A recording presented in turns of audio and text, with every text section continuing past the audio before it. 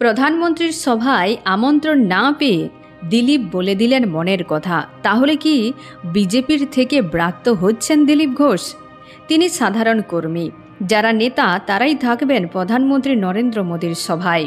বৃহস্পতিতে মোদীর সভায় আমন্ত্রণ না পাওয়া নিয়ে মুখ খুললেন একদা বিজেপি রাজ্য সভাপতি তথা প্রাক্তন সাংসদ দিলীপ ঘোষ। মোদীর সভায় ডাকই পাননি এই বিজেপি নেতা, কিন্তু কেন? এই নিয়ে দিলীপ বলেন, উত্তরবঙ্গের কর্মসূচি আছে, ওখানকার কর্মীরা থাকবে। কলকাতা যখন আসবে আমরা থাকব।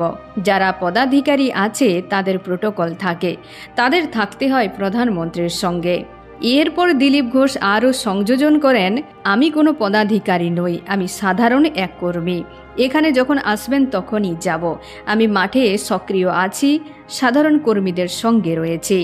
যদিও এ বিষয়ে বিশেষজ্ঞদের মত, 24 লোকসভা ভোটের আসন বদলের পর থেকে দলের মধ্যে দূরত্ব বাড়ছিল দিলীপের। তার সাংসদীয় আসন বদলে দেওয়া নিয়ে মুখ খুলেছিল বিজেপির এই নেতা। তারপর দীঘা জগন্নাথ মন্দিরে মুখ্যমন্ত্রীর পাশে বসে কথা বলার ছবি প্রকাশ্যে আসতেই সেই চিড়ে যেন ফাটল ধরে। শুভেন্দু, সৌমিত্র খাঁয়ের মতো তাবড় নেতারা মুখ খোলেন।